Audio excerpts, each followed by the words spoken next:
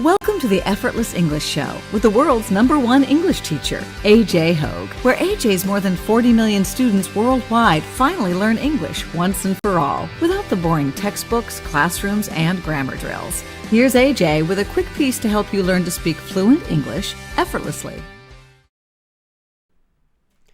Hi, I'm AJ Hogue, the author of Effortless English, Learn to Speak English Like a Native. Join my VIP program at effortlessenglishclub.com. effortlessenglishclub.com. Join now. You want to be a leader. You want to help other people. You want to persuade other people.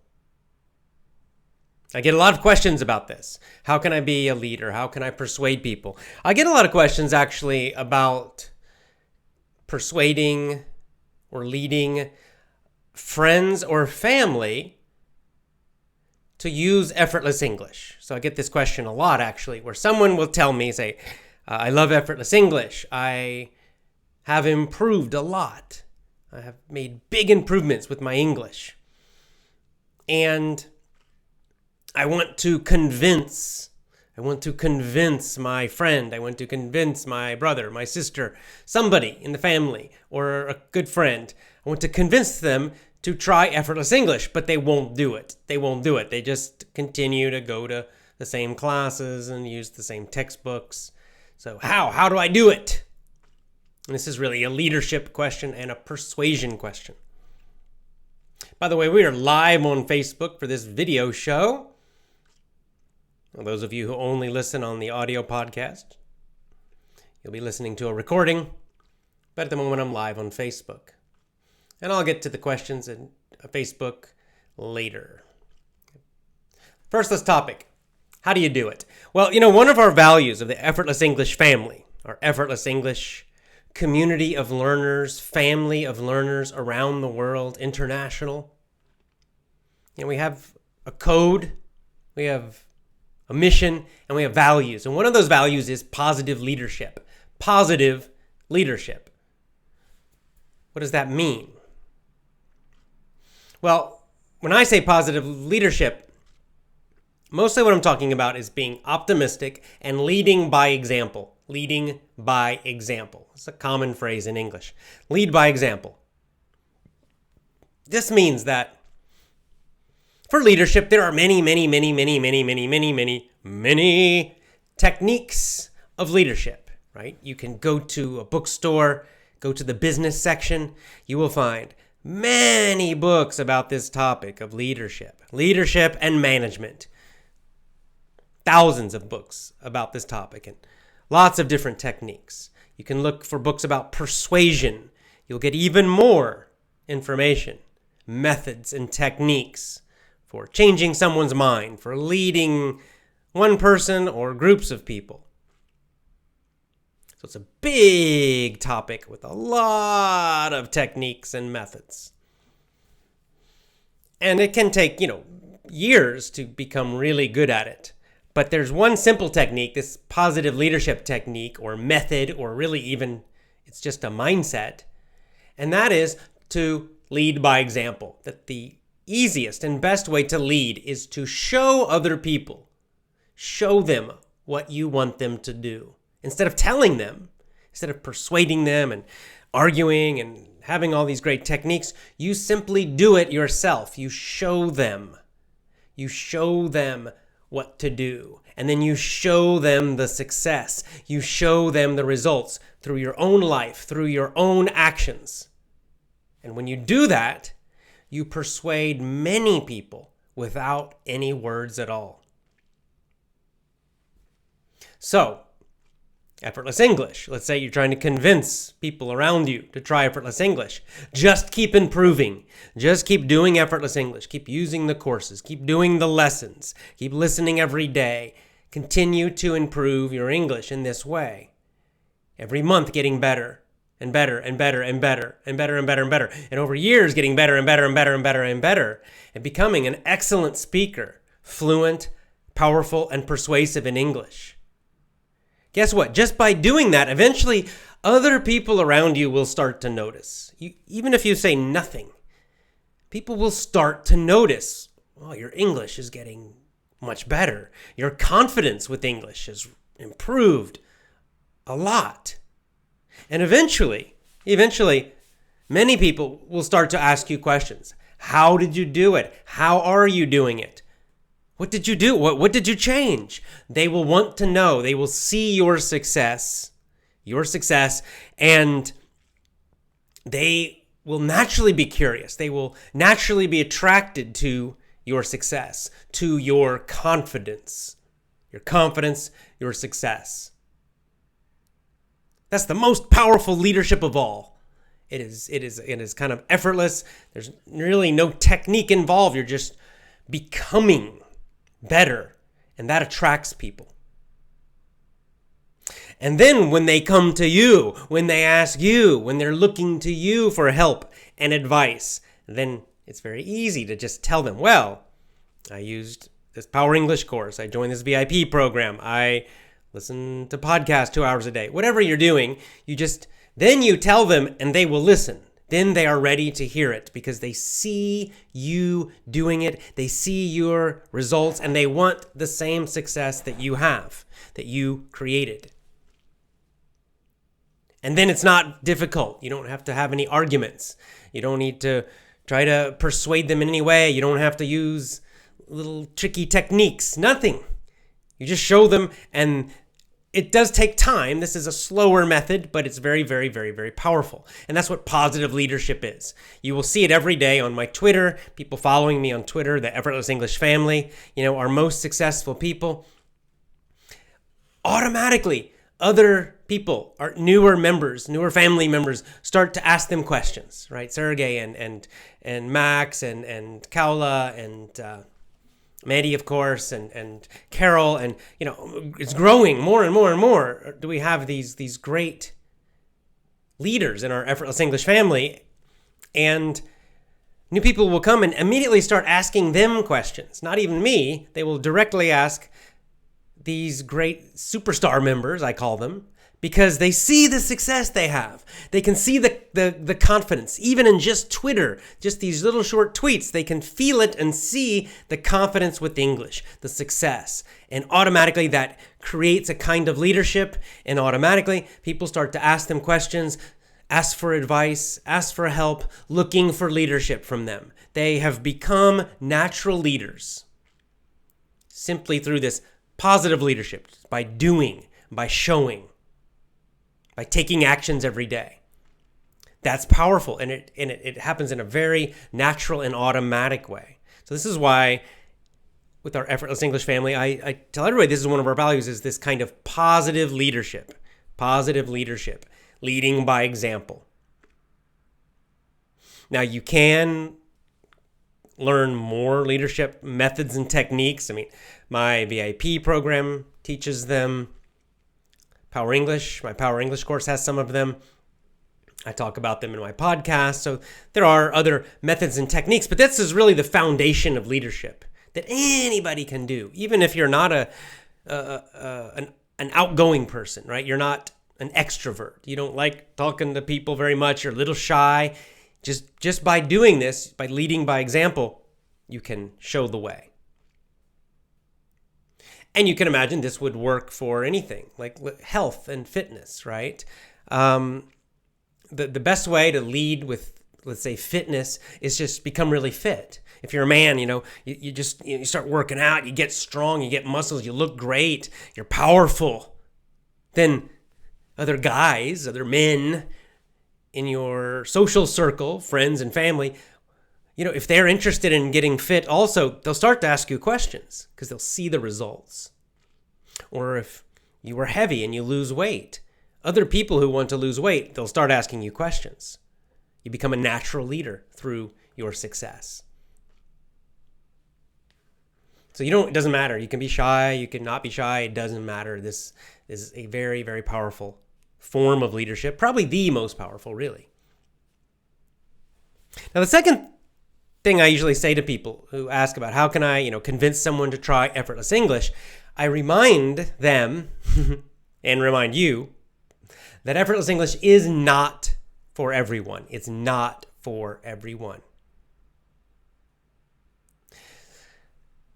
The reason we have this special community internationally, this special international family, is because we are not for everybody. Who do we want? We want people who are positive, right? People who are motivated. We attract people who are enthusiastic, right? It's positive leadership. It's not negative leadership of criticizing and forcing people. No, it's positive leadership of showing and encouraging, right? Independent learners. That's who we have in our Effortless English family. And that's who we want to continue to have. That's what Effortless English is for. That's who Effortless English is for. Effortless English is not for negative people. It's not for pessimists. It's not for lazy people. It's not for people who are always doubting and criticizing. It's not for people who are super focused on grammar, memorizing grammar rules all the time. It's not for people who are afraid to make mistakes. It's not for people who are passive, who don't want to do anything themselves. Right? It's not for those people. So if you have people in your life who are learning English, but maybe they're lazy, maybe they're super focused on grammar, maybe they're kind of passive, maybe they're negative, maybe you like them or they're in your family or something, but you have to admit, they're kind of negative, they're criticizing all the time, they're not enthusiastic, they're not motivated. Well then, honestly, don't try to bring them to Effortless English, because they will not fit. We don't want those kind of people, and they will not be happy, okay, with Effortless English. It won't fit. So you won't be helping them. You won't be helping us. On the other hand, of course, if you have people, friends or family or whatever, coworkers who are enthusiastic, they're positive, they're motivated, they're energetic, they're independent, then of course, encourage them to try Effortless English, because they will fit. They will fit very well with Effortless English. They probably will enjoy it. They probably will get great success with it. And, this is also another key point of leadership in general, not just for Effortless English, is that you have to build your team and build your groups to have shared values. If your group does not share values, right? What's important, what's not important, what's good, what's not good. If everybody in the group has different ideas about these things, completely different values, they're not going to work together very well. It will not be a very good team. And you will have a very, very difficult time leading them. So it's important actually to build your teams to have shared values. We see this even in sports, that the all-star teams, right? If you just take, sometimes people think like, okay, imagine a football team, a soccer team. I'll say soccer because it's the World Cup happening now. So a soccer team, we think, if we put the very best person in the world at each position, right? The best goalie, the best forward, the best strikers, right? Everybody, each individual position, we get the best person in the world. That would be the best team in the world, right? We think that's true, that would create the number one team. They would be unbeatable. But what we see actually in professional sports is often this is not the case. That when we bring in the very best of everybody in each position, they might be best individually, but they don't work together. Their egos are too big. They can't work together as a team. Their values are not, working together, shared. And that actually, even though individually they're the best, as a team they're not the best, and they get beaten by other teams, right? I know more about baseball since I'm American, and a great example of this is that I can give you a specific example is the New York Yankees. The New York Yankees they've got the most money, all right? They've got huge amounts of money because they're in New York. They're a very old team. Now they do win often, but I'd say especially over the last couple decades, there have been many times when they've just tried to buy the best team, where they just go buy the very best players at every position, and yet they still don't win the championship. They get beaten by other teams that play better together. It's sort of this idea. So this is why when you're putting together a group or a family or a community or a team, yes, you want each person to be good at what they do, but it's also important that they share values, that they can work together as a team, that they'll be loyal to each other, right? All of these things. Very, very, very important part of leadership is who comes into your group and who do you not let in your group, or who do you kick out of your group, right? Who do you invite in and who do you push out? This is important for any group. For any group, this has to happen because you need shared values and teamwork. Absolutely necessary. That's also a super important and fundamental part of leadership. And when you do just those two things, if you get the right people and you lead by example, leadership can become quite easy, right? It's not such a fight. It's not so tough. But if you have a group that has a lot of people that don't share your values and then you're not leading by example at all, then it can become quite difficult. All right, so let's go to our questions on Facebook, questions and comments. I'll take a few. Not so long tonight. It's a little bit hot in here tonight, so I'm going to have a little bit shorter video, but let's go live and see questions and comments as always. Usually while I'm talking, people are just saying hello, where they're from. So we've got people saying hello from Iraq, Jordan, Kurdistan, Puerto Rico, Iraq. Let's see, just lots of countries. Thailand. Lots of different countries. Croatia, Iran. Hello, Mr. Wonderful. There's a Mr. Wonderful already, a nickname Mr. Wonderful on the, he's a business guy. There's an American TV show called Shark Tank, which is about business and entrepreneurs. And they have, it's like one of these kind of reality type shows. People come in with a business idea and they have to give a presentation to, I think it's usually 4 judges, right? These 4 really rich people, successful business people. And they're trying to get money, right? They're trying to get investment from these people. So on this, it's kind of a famous show, Shark Tank. And one of the judges, his nickname is Mr. Wonderful. And it's kind of a joke because he's really kind of tough. He's really tough. And I wouldn't say he's not mean, but he's tough. He's very tough about money. He's a good business guy.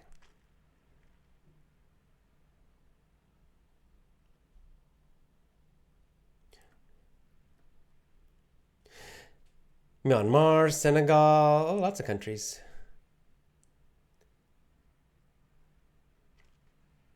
Okay, here's an English question. I'd like to know, how can I know my English level when I should learn grammar?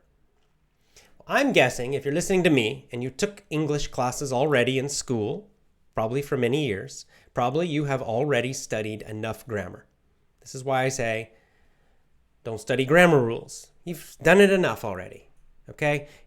Studying it one more time probably is not going to help at all. What you really need is lots and lots and lots of real world listening that is understandable, plus lots of reading that's understandable, and then maybe some just, relaxed chatting and talking if you have a chance. If you don't have a chance to do that, just relax about it. Don't worry, because large amounts of listening and reading will be enough.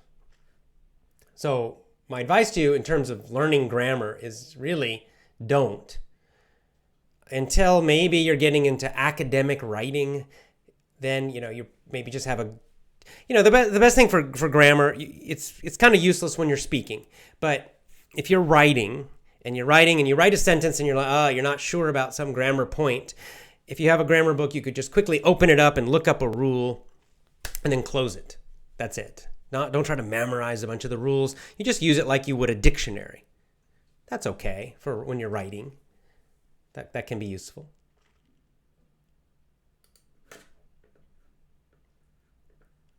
Dalal, you ask good questions. What's the difference between persuading and giving someone advice? Well, my joke answer is the result. Okay. The result. These two things actually mean something different. Persuading means changing someone's mind. So it means you change their belief, and in my opinion, you change their action. So you get a result when you persuade, right? If you want in a business example, you want someone to buy your product. They're not sure. So you give a sales presentation and they buy. They take an action. You've changed their mind. You've convinced them, persuaded them to do something, to give you money, to buy the product, to change their, right? If it's not business, then you convince them to take some action, do something differently. Giving advice is just telling your opinion. You're just telling them what you think they should do. But do you persuade them or not? It depends on the result. You can give advice. Usually when people give advice, guess what? It gets ignored. Advice is usually ignored. So it's not persuasion. It's only persuasion when it works, okay? When they do something differently, when you get the result, then you are persuading. And this is a problem. Too many people give advice, but they don't persuade. My advice is give less advice to people in your life and lead more by just showing them and persuading them. Again, like this, as I mentioned, it's a lot easier to persuade people when they are attracted to you already, when they're asking you for advice or when they're coming to you for advice, right? It's easy for me to persuade people because I just have a podcast and videos and, right, you choose to watch. You come, you click, you watch, and then you continue. If people don't like it, some people don't like me or what I'm saying, and they're not interested, whatever, what did they do? They just click away. So they just go away. I didn't persuade them, and that's fine. But then those who stay, right, there's an attraction, there's a connection with me, and therefore it's easier for me to persuade people to, try effortless English, to try the 7 rules, right, to not focus on grammar, to focus on listening, all the things that I suggest. It's much easier for me to persuade people because I'm persuading by attracting, right? But if I just had if I just walked up to a person on the street in Japan and just said, don't study grammar and do this and do that, and I just interrupted them and started telling them and giving them advice, they probably would just say, go away, right? They're not asking for my advice. They don't want it. So very hard to persuade someone if they're not asking, if they're not interested. So I don't believe in trying to force it on people, right?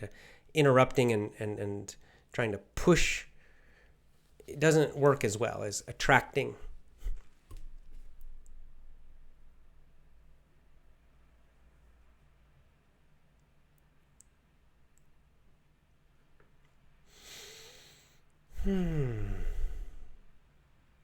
Okay.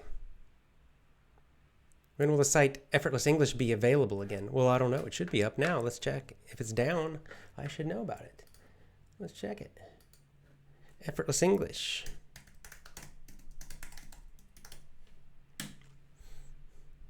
Someone's saying my website's down, but it's up. You can go to effortlessenglish.com is my website for my book.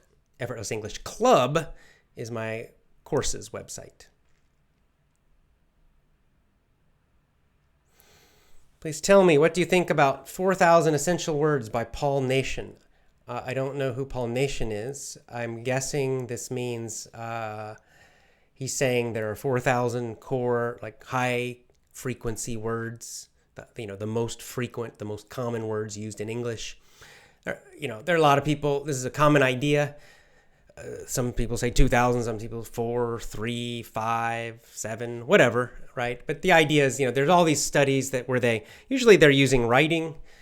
I think there are some that have used audio, possibly from radio or television. I'm not sure. I'd have to look into it. But this is a kind of a common idea. But it's a big mistake to try to memorize those from a list.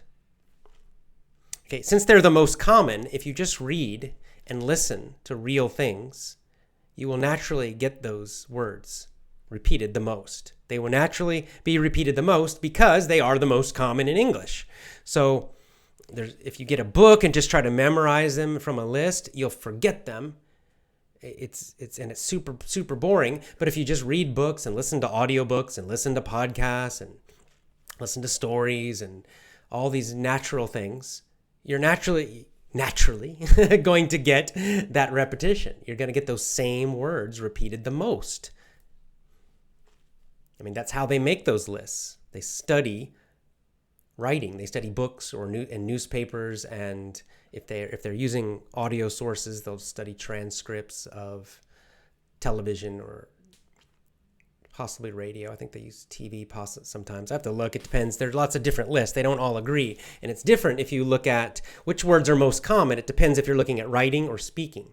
It's different, okay? Because a different kind of vocabulary is used for writing than speaking.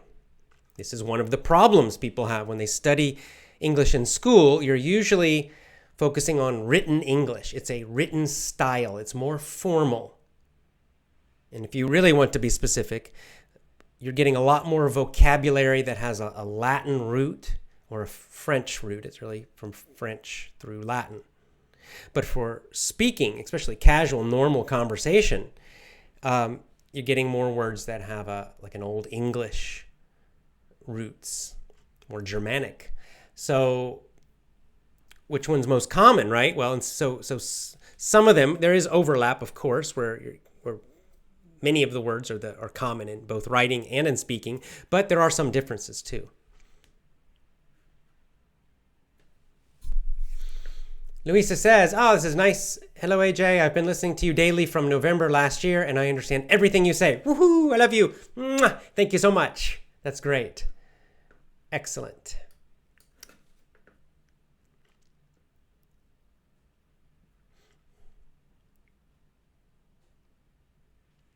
AJ, are you planning to visit London? No plans for London at the moment.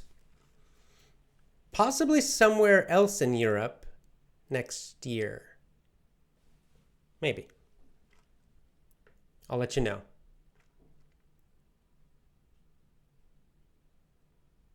Thanks, AJ. You are the best in the world. Thank you. Thank you so much.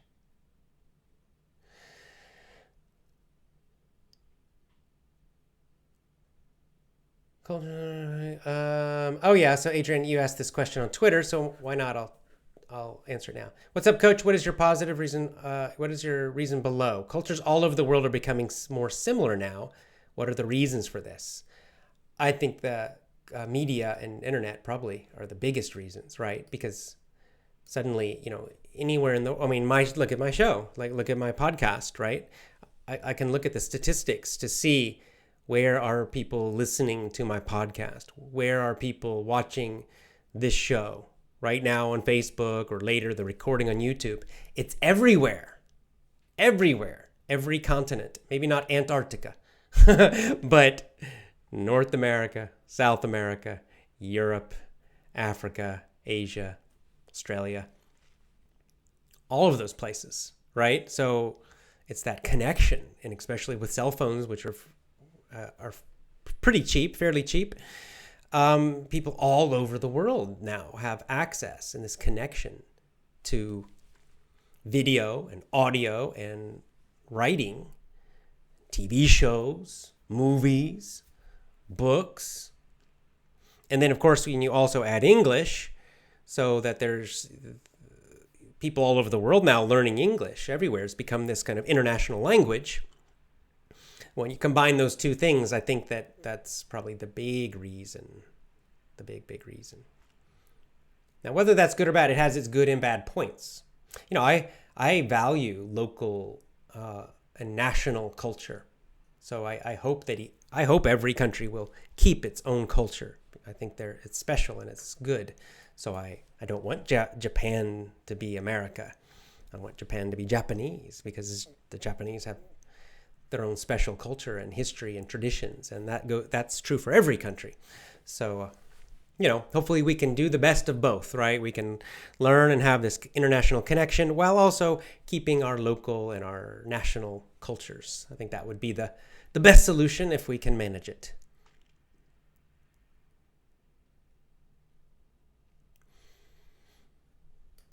Okay, Shrook says, hey Jay, thanks for everything you do. When I feel upset, I listen to you. I wait every day. Please don't stop. I'm not going to stop. I take breaks sometimes, especially when I'm traveling, but I'm not going to stop. Don't worry.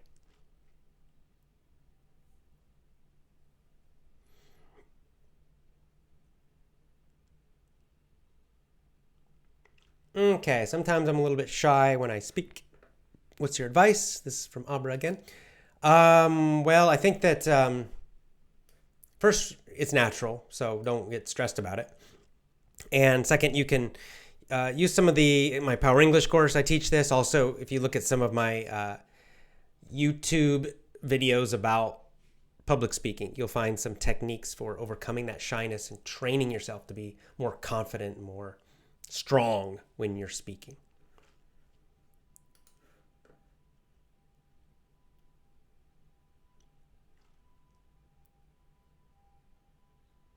All right. Take a couple more and then time to go. Okay, let's see. The speed that you're speaking now, is it normal or slower than normal in America? Depends on the part of the country. This is my normal speaking voice, so this is my normal speaking speed. I'm not speaking slower or faster than usual for me. Now, is my personal speaking style slow or fast? I don't know. Probably middle, probably somewhere in the middle. You will find people who speak faster, and it also depends on, like I said, which part of the country, and also city versus countryside. So, for example, the city that is famous in America for fast speakers is New York City. So, and it is true. You can look on YouTube. You can often find New Yorkers who speak very, very quickly. Okay, they're famous. It's sort of their reputation for being fast talkers, fast. And then where I'm from now, in the south, the southeast part of the country, and even the southwest, I'd say, people are famous for speaking a little more slowly. So maybe I am a little more slow than average because of that, right? A little more laid back, a little casual. Also, you'll find generally everywhere that city people tend to speak a little faster and people in the country tend to speak a little slower. So, you don't need to speak fast at all. If you can speak as fast as I am, then you're totally fine. If you want practice, speeding up your understanding, you want practice with fast speakers, get on YouTube and find some fast speakers and see if you can follow them. It's sometimes if you want a little challenge, you can do that.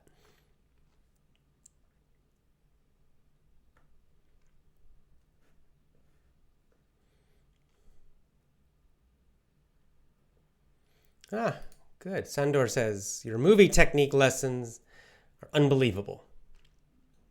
It was fantastic for me. I got a huge improvement.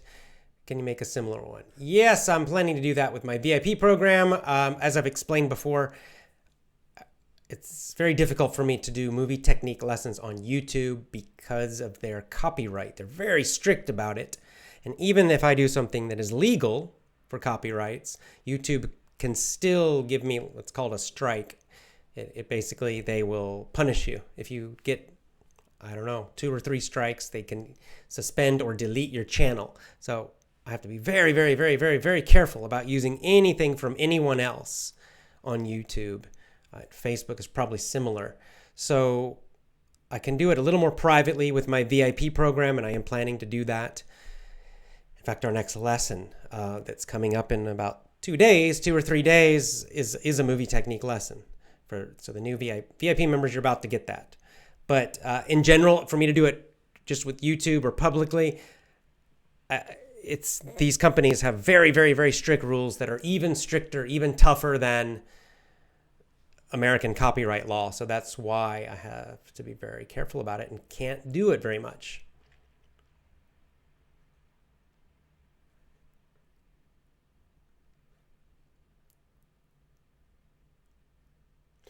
All right. Can you recommend, Amani is asking, could you please recommend some American TV shows for watching to improve English?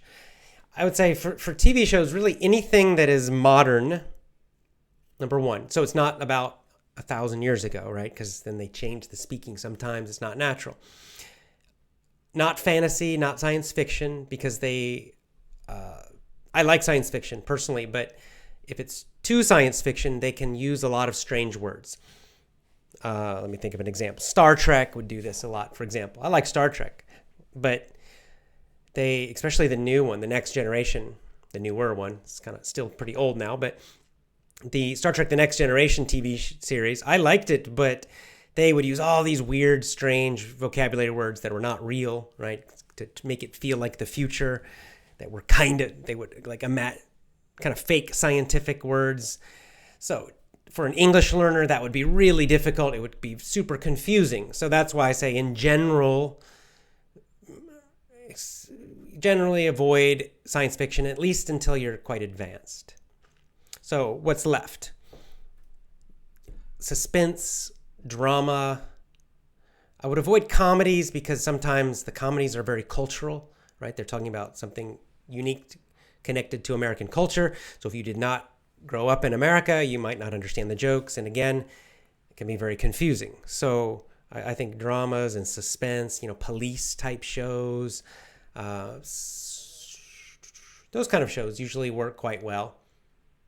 For a while, I'm going to recommend one of my favorites, Breaking Bad, that Max and Italy, Kaula, we had several people watching Breaking Bad. It was probably about a year ago, maybe 2 years ago, where we were all watching Breaking Bad at the same time. That's a good one. You can get that one. That's pretty funny because there's one character who uses a lot of slang and he speaks like a teenager. And then there's an older guy who speaks kind of more like a normal adult. So you get a lot of slang from the teenager guy, and then you get sort of more normal stuff from the other characters. And it's a pretty interesting show.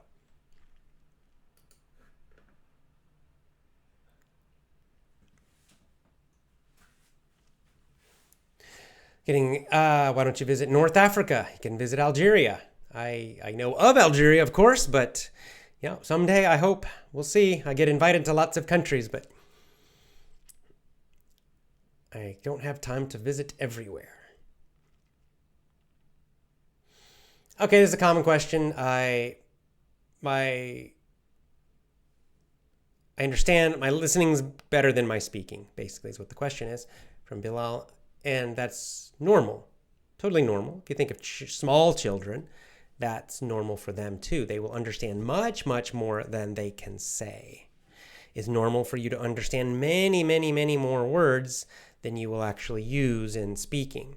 This is called passive and active vocabulary. Also, totally normal, so nothing to worry about. Just keep improving your listening better and better and better. And if you feel like you need to work on speaking a bit, if you feel like it's time, then you can.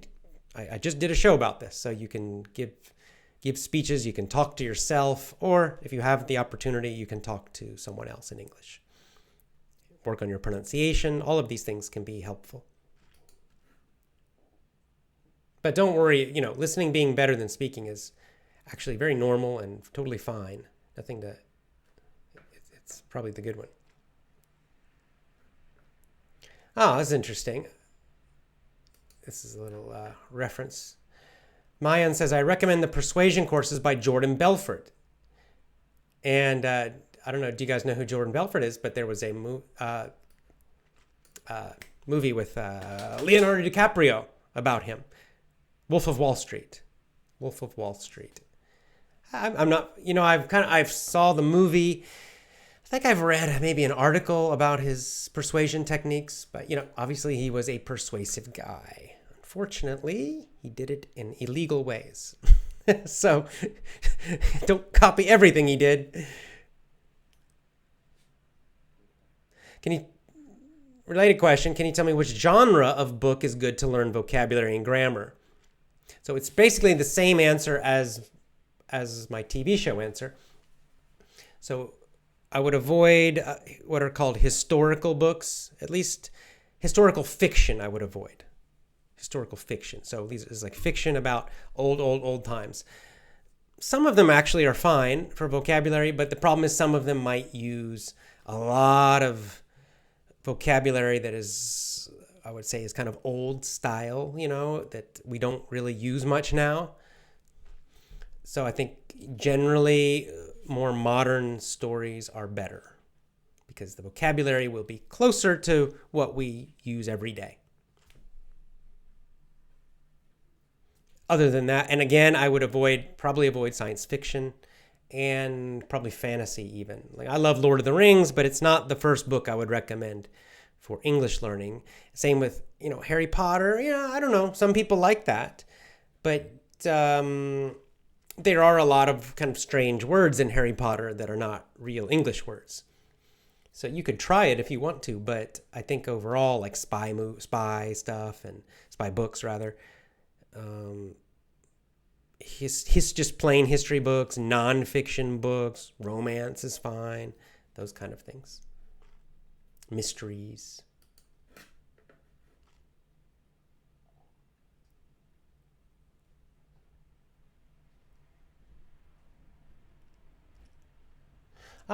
This is here's a suggestion for our book club. Please do, for the book club, please do The Adventures of Huckleberry Finn by Mark Twain. That's a great suggestion. I like Mark Twain. And excellent writer, American. And a great book. All right, that one probably goes on the list. Huckleberry Finn.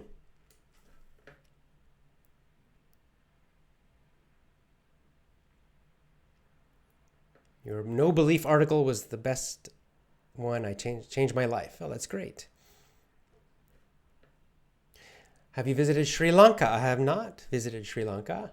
I've been to your neighbor up there in India, but I have not visited Sri Lanka. Hello from Brazil, Renato again. Hello.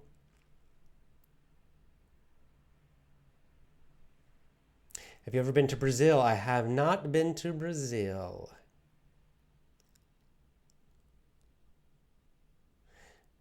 Ciao from Giuliano in Italy. Hello. I left preparing lunch to watch you. Thank you. Why? Oh, good. Amani says, right now I'm watching Breaking Bad. It is fantastic. It is. Which season are you doing? Breaking Bad's a good one. It's very dramatic. It's a little violent now, so be warned if you don't like violence.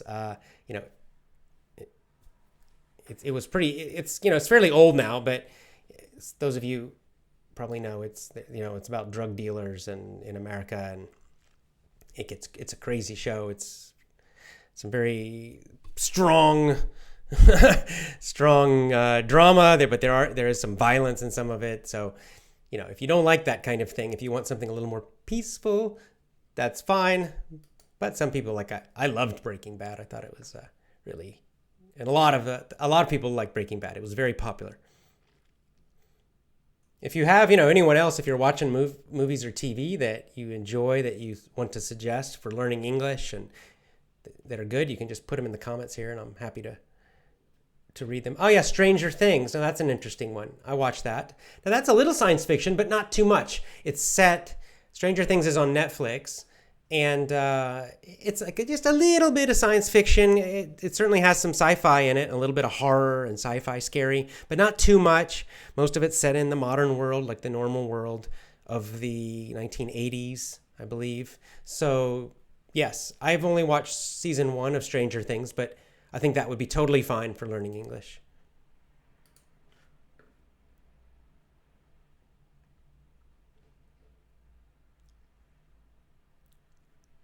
Okay, this is a good question. Hassan asked, can I speak by using my books from my field, electrical books? So can I improve my English by technical books? Well, yeah, you will improve your technical English, that's focused on your field or your industry. So that's actually the best way to do that, right? Is to focus on books. And if you can find podcasts about your field, your industry, that's also helpful. Because, each industry is called jargon. Each industry has its own special vocabulary. So like I probably would not understand the vocabulary, much of the vocabulary from electrical engineering, because I'm not an electrical engineer. I probably would not understand a lot of that vocab because I don't use it, right? It's specialized vocabulary. And there's certain parts of business have specialized vocabulary, and science, and just lots of areas have this. So you have to learn this, yes, from reading a lot of the books in your field or your industry, listening to podcasts in your industry. If you can find videos, interviews, whatever you can find, that's how you learn it.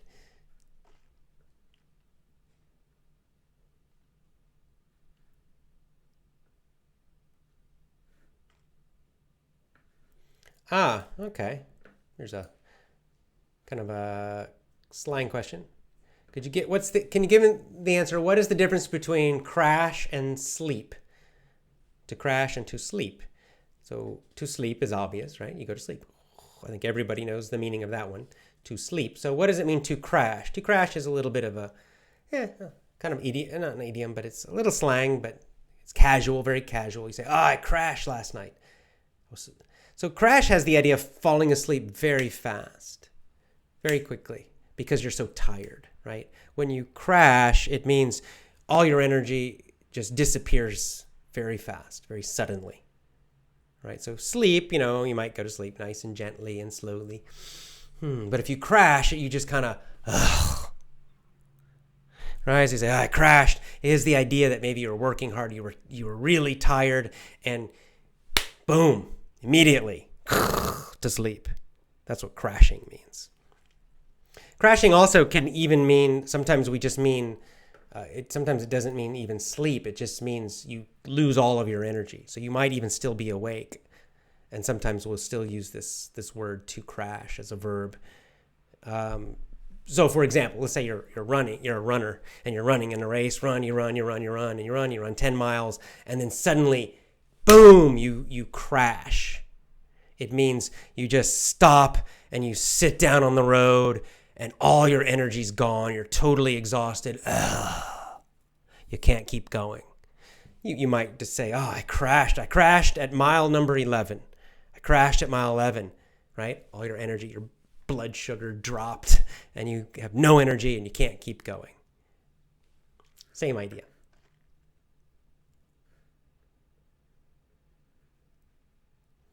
Okay, and this is the last one, and then it's time to go because I did talk about this. So Bao says, can you talk something about Independence Day in America? I did in my audio podcast, which I will be uploading right after this show. I'm going to put it on the audio podcast. So it's audio podcast only.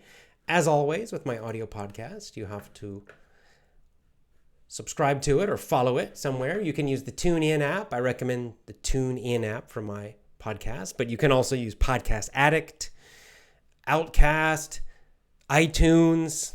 There are many podcasting apps. Most of them are free. I recommend TuneIn just because they have apps for many devices. TuneIn altogether. So on my audio podcast, I talked about exactly that, Independence Day, and I talk about this idea of independence in general and why it's so important to Americans. It's kind of a very special American value, and we have a very special way of looking at it. So a little bit of American culture in today's audio podcast. It's called Coffee and Talk. That's when I talk casually about topics. I talk about culture. Sometimes I talk about idioms, slang, Japan, where I am right now, any topic, almost every topic. And that's only on my audio podcast. So get it and subscribe. All right, that's it for me tonight. Time to go. As always, join my VIP program. Join my VIP program at effortlessenglishclub.com, effortlessenglishclub.com. See you next time.